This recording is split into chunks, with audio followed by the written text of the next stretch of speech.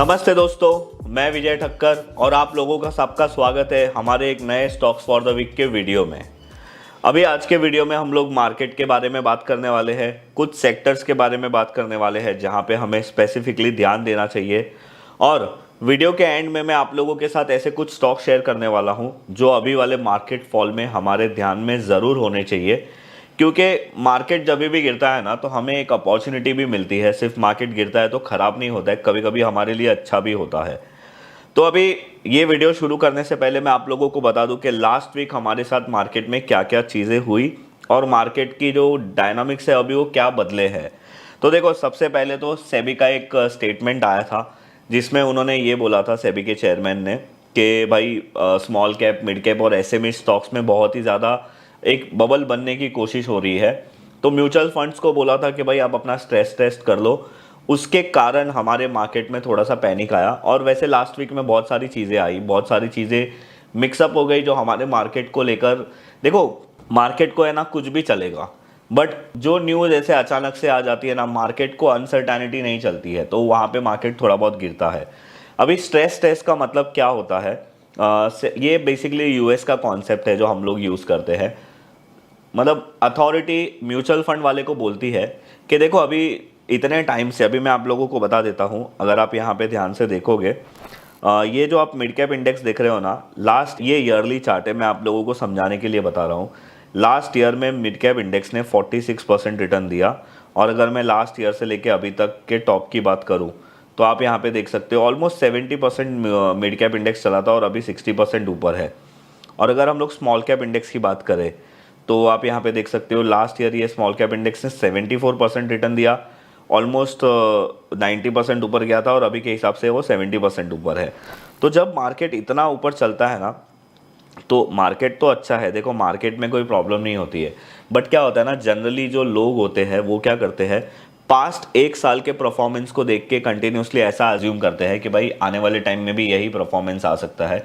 तो सेबी अपने इन्वेस्टर को प्रोटेक्ट करने के लिए म्यूचुअल फंड को ये बोलती है कि भाई अगर समझो मार्केट में किसी रीज़न से बड़ा फॉल आ जाता है, समझो मार्केट में वापस से 10% का लोअर सर्किट मार लिया, तो हमारे जो स्मॉल कैप और मिड कैप इन्वेस्टर है वो जब अपना पैसा विड्रॉ करेंगे, जनरली हमारी टेंडेंसी वही होती है ना कि मार्केट गिरता है तो पैसा विड्रॉ करो, मार्केट बढ़ता है तो पैसा इन्वेस्ट करो। तो आप अपने इन्वेस्टर को पैसा वापस कितने टाइम में दोगे? और आप जब ये पैसा, जब भी आप स्मॉल कैप और मिड कैप फंड में अगर आप स्टॉक बेचने जाते हो, मतलब मैं हमारी बात नहीं कर रहा हूँ, म्यूचुअल फंड की बात कर रहा हूँ, वो लोग तो परसेंटेज में स्टेक लेती है। तो आप कितने दिन में अपने स्टॉक को बेच सकते हो और कितने दिन में कस्टमर को पैसा मिलेगा और उसके ऊपर डैमेज क्या होगा कस्टमर का। अब ये वैसी बात हो गई, हम जब भी किसी फ्लाइट में जाते हैं तो हमें वो एयर होस्टेस बताती है ना कि इमरजेंसी के टाइम पे फलाना ये है, वहाँ पे वो पड़ा है, आप ये करना। अगर आप इमरजेंसी सीट पे बैठे हो, वो जो विंडो, वो जो डोर होता है जहाँ पे एग्जिट होता है इमरजेंसी में, तो आपको कुछ स्पेशली बताया जाता है। पर इसका मतलब क्या ये होता है कि हर फ्लाइट जो उठती है उसमें इमरजेंसी आने वाली है? नहीं, ये थोड़े प्रिकॉशंस होते हैं जो अच्छी चीज़ होती है, बट इसके कारण मार्केट में थोड़ा पैनिक आ गया। उसके बाद दूसरा इशू आया, ये महादेव बैटिंग ऐप करके कुछ थे जिसके अंदर ऐसा बताया जा रहा है कि हमारे देश में मिड कैप और स्मॉल कैप में बाहर से, मतलब जो ब्लैक मनी होता है वो घूम फिर के हमारे स्टॉक्स में लगे और इसके अंदर बहुत सारे कंपनीज के प्रमोटर भी मिले हुए हैं। कुछ हमारे इंडस्ट्री के बड़े लोगों का भी नाम आया, बट अभी कहीं पे भी कोई क्लियरिटी सेबी की तरफ से नहीं है। तो ये भी एक इशू हुआ। उसके बाद सोने पे सुहागा क्या हो गया, सुप्रीम कोर्ट ने जो एसबीआई को इलेक्ट्रॉन बॉन्ड की लिस्ट देने बोली थी कि किसने कितना पैसा दिया है, वो वाली लिस्ट दे दो। तो वो तो लिस्ट हमारी आ गई मार्केट में। उसके बाद बहुत सारे ट्विटर पे लोगों ने भी फैला दिया कि ये कंपनी ने इतना पैसा दिया था, फिर इसको इतना कॉन्ट्रैक्ट मिल गया, ये कंपनी के ऊपर इनकम टैक्स की रेट पड़ी थी, उसके बाद ये कंपनी ने इतना पैसा दे दिया। तो ये सारी चीज़ें हैं ना, ये मार्केट को पसंद नहीं आती है। इसके वजह से मार्केट लास्ट वीक थोड़ा ख़राब था और स्मॉल कैप और मिड कैप स्टॉक ऑब्वियसली गिरे और एसएमई स्टॉक में तो बहुत ज़्यादा प्रॉब्लम हो रही थी। इनफैक्ट बहुत सारे आईपीओज ऐसे थे जो सिर्फ 60 करोड़ मांग रहे थे और उनको मिल रहे थे 10,000 करोड़, 12,000 करोड़। तो ये एक सिनेरियो होता है जब कोई भी अथॉरिटी अपने इन्वेस्टर को प्रोटेक्ट करने के लिए सोचती है। क्योंकि मैं आप लोगों को फ्रैंकली बोलूँगा, रिटेल इन्वेस्टर ये सब चीज़ नहीं देखते कि कंपनी कितनी प्रॉफिटेबल है क्या है, बस वो फ्लो के साथ जाते रहते हैं। पर जब वो फ्लो टूटता है, जिसे हम लोग बबल बोलते हैं, वो ब्लास्ट होता है, तो बहुत लोगों के प्रॉब्लम होती है, बहुत लोगों की लॉसेस होती है। इस वजह से हमारे मार्केट ने लास्ट वीक में थोड़ा बहुत करेक्शन दिया। तो अभी हम लोग क्या करते हैं ना, निफ्टी और बैंक निफ्टी का चार्ट चेक करते हैं और देखते हैं कि आगे क्या ख़राब हो सकता है। अभी देखो आप लोग यहाँ पे निफ्टी का मंथली टाइम फ्रेम का चार्ट देख रहे हो। अभी ये महीने की शुरुआत तो बहुत अच्छी हुई थी, पर वापस से ये महीने का कैंडल जो है वो ख़राब बन रहा है, तो ये भी एक ख़राब बात है। और आप यहाँ पे देखो लास्ट 3 महीने से इनडिसिसिव कैंडल बन रहे हैं। वीकली टाइम फ्रेम का अगर आप चार्ट चेक करोगे, मेरा इंटरनेट थोड़ा वीक है, अगर आप वीकली टाइम फ्रेम का चार्ट चेक करोगे तो आप यहाँ पे देखोगे कि पहले 2 बार ये सेलिंग आई थी, फिर वापस मार्केट ऊपर चला गया, वापस से अभी सेलिंग आई है। अगर ये सेलिंग कंटिन्यू होती है तो हमारे लिए प्रॉब्लम है। डेली टाइम फ्रेम में मैं आप लोगों को एक चीज़ बताना चाहता हूँ कि यहाँ पे एक छोटे टाइम फ्रेम पे ना ट्रेंड लाइन बन रहा था, जो अभी रिसेंटली ब्रेक हुआ है, तो ये एक अच्छी बात नहीं है। और ये जो हायर हाइस पहले बन रहे थे, अगर ये हायर लोज में कन्वर्ट हो जाते हैं तो हमारे मार्केट के लिए ज़्यादा प्रॉब्लम है। ख़राब में ख़राब अभी मेरे हिसाब से 21,500 और 21,150 तक आ सकता है। और अभी आने वाले टाइम में इलेक्शंस भी है, तो बहुत सारी मार्केट में वॉलेटिलिटी रहने वाली है।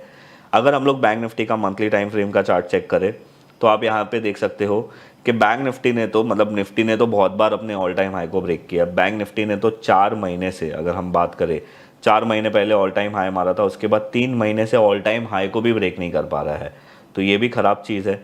अगर हम लोग वीकली टाइम फ्रेम का चार्ट देखें तो आप यहाँ पे देख सकते हो कि यहाँ पे जो सेलिंग का प्रेशर था, जिसे मैं जनरली वाटरफॉल एरिया बोलता हूँ, अगर आप लोगों को पता होगा, तो ये वाटरफॉल एरिया के पास आके वापस से मार्केट गिर रहा है।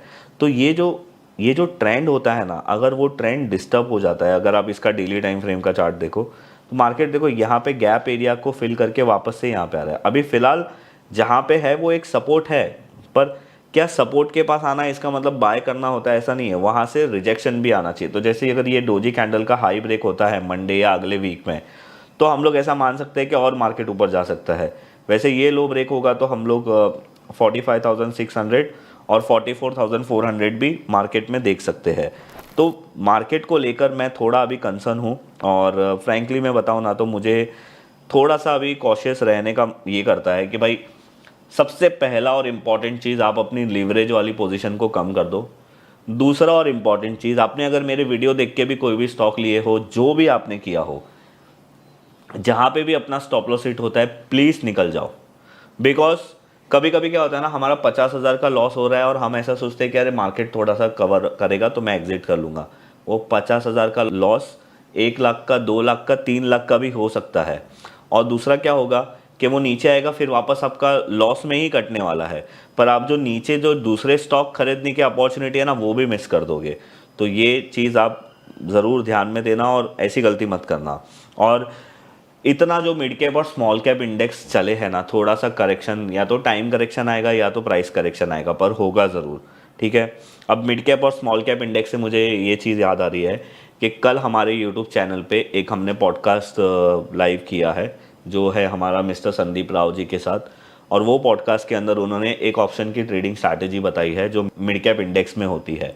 तो अगर आपने वो नहीं देखा है तो वो ज़रूर देखिए। और वहाँ पे उन्होंने ये बताया कि चैट जीपीटी को कैसे यूज़ करते हैं, तो बहुत ही इंटरेस्टिंग है। आप लोग एक बार ज़रूर देखना, पर पहले ये वीडियो देख लो, उसके बाद वो वीडियो ज़रूर देखना। तो अभी ये सारा मार्केट का सीन है अभी। और अगर हम लोग अभी सेक्टर की बात करें ना, तो देखो लास्ट वीक में ऑलमोस्ट सारे सेक्टर ने अंडर परफॉर्म किया है। और अगर हम लोग चलने की बात करें तो सिर्फ आईटी चला है, और लास्ट वीडियो पे मैंने आप लोगों के साथ वही डिस्कस किया था, आई होप आप लोगों को याद होगा। तो अब देखो एफआईएस की बात करें तो भाई इन्होंने लास्ट वीक में 3 दिन सिर्फ बाइंग की थी छोटे नंबर से, 2 दिन में इन्होंने सेलिंग की है। अगर हम लोग डॉलर इंडेक्स की बात करें तो 103.45 है। इंडिया विक्स की बात करें तो 13.69। ये बड़ा नहीं, बिकॉज लार्ज कैप स्टॉक में पैनिक नहीं आया है, क्योंकि इंडिया विक्स निफ्टी के हिसाब से चलता है।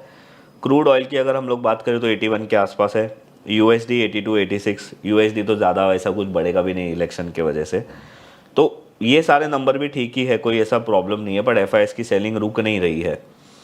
अभी आज के वीडियो में मैं आप लोगों के साथ ऐसे स्टॉक्स के बारे में बात करने वाला हूँ ना, जो ऐसे पैनिक में हम लोगों को अच्छी अपॉर्चुनिटी में यहाँ पे दिख रहे हैं, और हम लोगों को ये स्टॉक्स के ऊपर एक बार सोचना चाहिए क्योंकि पैनिक मार्केट में क्या होता है ना, वीक प्लेयर निकल जाते हैं और आपको अच्छे प्राइस में स्टॉक मिलते हैं। अब आप ये सोचो कि अगर आपने किसी स्टॉक में 2-3 हफ्ते पहले या 1-2 महीने पहले ब्रेकआउट देखा था और आपने उसमें मिस कर दिया था ब्रेकआउट, तो this is the right time कि वो स्टॉक में आप वापस से एंट्री करने की सोच सकते हो। तो मैं आप लोगों के साथ ऐसे 3-4 स्टॉक दिखाता हूँ। तो देखो अभी आप लोग जो स्टॉक देख रहे हो ना, ये HDFC AMC का चार्ट है। अभी आप यहाँ पे देखो कि ये स्टॉक ने 2019 का ब्रेकआउट लास्ट मंथ किया था और अच्छे से किया था। उसके बाद ये स्टॉक अच्छा 4,000 रुपये तक गया था। अच्छा, दूसरी बात ये कि ये रीटेस्ट, ऐसा आप बोलोगे कि विजय भाई अगर अच्छा स्टॉक है तो गिर क्यों रहा है? तो देखो एक सिनेरियो मैं आप लोगों को बताता हूँ। समझो कहीं पे एक प्रोटेस्ट चल रहा है और आप वो प्रोटेस्ट को देखने गए हो, ठीक है, सिर्फ देखने गए हो। आपको संडे था, छुट्टी था, तो आपने बोला चलो आपकी वाइफ को, चलो अपन वो प्रोटेस्ट देख के आते हैं कि प्रोटेस्ट कैसा होता है। गांधी जी के टाइम पे तो हमने देखा नहीं था। तो वहाँ पे क्या होता है ना, कुछ प्रोटेस्ट के अंदर इशू हो जाता है और वहाँ पे पुलिस या आर्मी ने लाठीचार्ज कर दिया या फिर वो आंसू वाले बॉम्ब फेंक दिए। तो अभी आप तो वहाँ पे प्रोटेस्ट देखने गए हो, आपने तो प्रोटेस्ट में पार्टिसिपेट नहीं किया है, पर लाठीचार्ज में आपको भी फटके पड़ेंगे। तो उसी तरीके से स्मॉल कैप, मिड कैप या लार्ज कैप कोई भी स्टॉक हो, अगर मार्केट गिरता है कोई भी रीज़न से, तो सारे स्टॉक गिरते हैं क्योंकि पैनिक सब में आती है। पर हम लोगों को वो स्टॉक्स को ढूंढने हैं जो ये पैनिक में अपॉर्चुनिटी दे, राइट। तो ये एक एग्जांपल था। आई होप आप लोग पर्सनली नहीं लोगे और जो प्रोटेस्ट करता है वो भी करो, कोई बुरी बात नहीं है। तो देखो यहाँ पे HDFC AMC में क्या हुआ, ये स्टॉक ऊपर गया, अब अच्छे कैंडल से गया। अभी यहाँ पे ये स्टॉक ने रीटेस्ट किया। अब रीटेस्ट में भी एक चीज़ आप ध्यान रखो, रीटेस्ट का जो कैंडल होता है ना, उस कैंडल पे आप लोगों को ब्लाइंडली नहीं खरीदना है। आपको क्या करना है, रीटेस्ट वाले कैंडल के हाई को मार्क कर लेना है। ये केस में क्या है, 3834 उसका हाई है, 35 पकड़ दो। तो अगर ये नेक्स्ट वीक में इसके ऊपर जाता है तो आप बाय कर सकते हो। वो टाइम पे आपका स्टॉप लॉस ये रीटेस्ट कैंडल के लो को ही रख लो ज़्यादा सेफ्टी के लिए। और इसका जो टारगेट है वो रेंज कैलकुलेशन के बेसिस पे जो एक्चुअल इसका मेन टारगेट है वही रहेगा। तो ये इस तरीके से ये एक स्टॉक अच्छा लग रहा है। दूसरा एक है रिको ऑटो। अभी देखो रिको ऑटो है ना, मैंने, हमारा एक इंस्टाग्राम आईडी है विजय ठक्कर शॉर्ट्स करके, वेरीफाइड भी है, जिससे कोई दूसरे लोग अपने कॉपी करके कुछ गलत चीज़ ना करे। उसके अंदर मैंने, मतलब वो जब भी कुछ अपॉर्चुनिटी होती है ना, तो मैं छोटी सी रील बना के डाल देता हूँ कि भाई ये स्टॉक, जैसे यहाँ पे एनालिसिस करता हूँ तो वहाँ पे मैं लाइव डाल देता हूँ कभी भी। तो अगर आप हमारे इंस्टाग्राम आईडी को फॉलो नहीं करते हो तो उसकी लिंक नीचे डिस्क्रिप्शन से है और वहाँ पे जाके कर लेना। उसमें मैंने शेयर किया था ये रिको ऑटो ने, है ना। पहली बात तो आप ये देखो, ये मैंने आप लोगों के साथ शेयर किया था, इसने 19 साल के बाद ब्रेकआउट किया था। अगर आप मंथली चार्ट में देखोगे भाई, आज एक्चुअली हमारे ऑफिस का इंटरनेट डाउन है तो मैंने अपने फ़ोन के इंटरनेट को कनेक्ट किया था। दूसरे हमारे जो इंटरनेट है वो भी नहीं चल रहे बिकॉज कुछ नीचे काम चल रहा है। तो यहाँ पे देखो 19 ईयर्स के बाद इसने ब्रेकआउट किया था और इसका 25 साल का अब तक का हाईएस्ट वॉल्यूम हुआ है। तो ये स्टॉक ने ये वीक में पैनिक में यहाँ पे रीटेस्ट किया। अब अगेन वही रीटेस्ट वाला रूल हमारा, तो अगर ये आपको ये स्टॉक पसंद आएगा तो आप ये ले सकते हो। ये भी एक बहुत अच्छी अपॉर्चुनिटी दे रहा था। उसके बाद कोफॉर्ज करके एक स्टॉक है, ये IT सेक्टर से है, तो डबल फ़ायदा ये है कि हमें सेक्टर भी पॉजिटिव लग रहा है, स्टॉक भी अच्छा लग रहा है। तो यहाँ पे रीटेस्ट हुआ है। इसमें भी हमारा रूल सिंपल होगा कि अगर इसने अपने रीटेस्ट कैंडल के हाई को ब्रेक किया तो हम बाय करेंगे with the retest candle low as a stop loss, और इसका जो टारगेट है उसके लिए हम रेंज कैलकुलेशन करेंगे। उसके बाद नेशनल एल्यूमिनियम है, ये देखो भाई, ये स्टॉक ने तो 2008 के बाद ब्रेकआउट किया था। तो ये स्टॉक्स पे आप ध्यान रख सकते हो। एक है फोर्स मोटर, उस पर भी आप ध्यान रख सकते हो, पर उसका रीटेस्ट की वैल्यू बहुत ज़्यादा नीचे है। तो ऐसे स्टॉक्स को, है ना, हम लोगों को पैनिक वाले मार्केट में हमारे वॉच लिस्ट में सबसे टॉप पे रखना चाहिए, क्योंकि ये स्टॉक्स आपको एक अच्छी चांस देंगे। तो बस ये था हमारा आज का ये वीडियो। और देखो, ऐसे ख़राब मार्केट में ही आपको एक मेंटोर की ज़रूरत पड़ती है, क्योंकि आपका माइंडसेट और मेंटोर का माइंडसेट बहुत अलग होता है। जैसे मेरा एक्सपीरियंस मार्केट में बहुत ज़्यादा है, मतलब मैं 2011 से स्टॉक मार्केट में फुल टाइम हूँ, पर सही तरीके से कुछ चीज़ों को करना मैंने 5-6 साल पहले ही सीखा है, एग्जैक्ट 5 साल पहले आप बोल सकते हो। तो अगर आपको हमारे साथ कंटिन्यू बेसिस पे लर्निंग करनी है तो आप हमारा 1 ईयर का प्रोग्राम ज्वाइन कर सकते हो। उसकी लिंक मैं नीचे डिस्क्रिप्शन में दे दूंगा। वहाँ पे मैं आप लोगों को कंटिन्यूसली बेसिस पे हमारा सेशन होते रहता है। तो उसमें क्या है ना, आपका कॉन्फिडेंस रहता है वीक मार्केट में भी, आप लोगों को पता होता है क्या करना है क्या नहीं करना है। तो बस अगर आप लोगों को वो ज्वाइन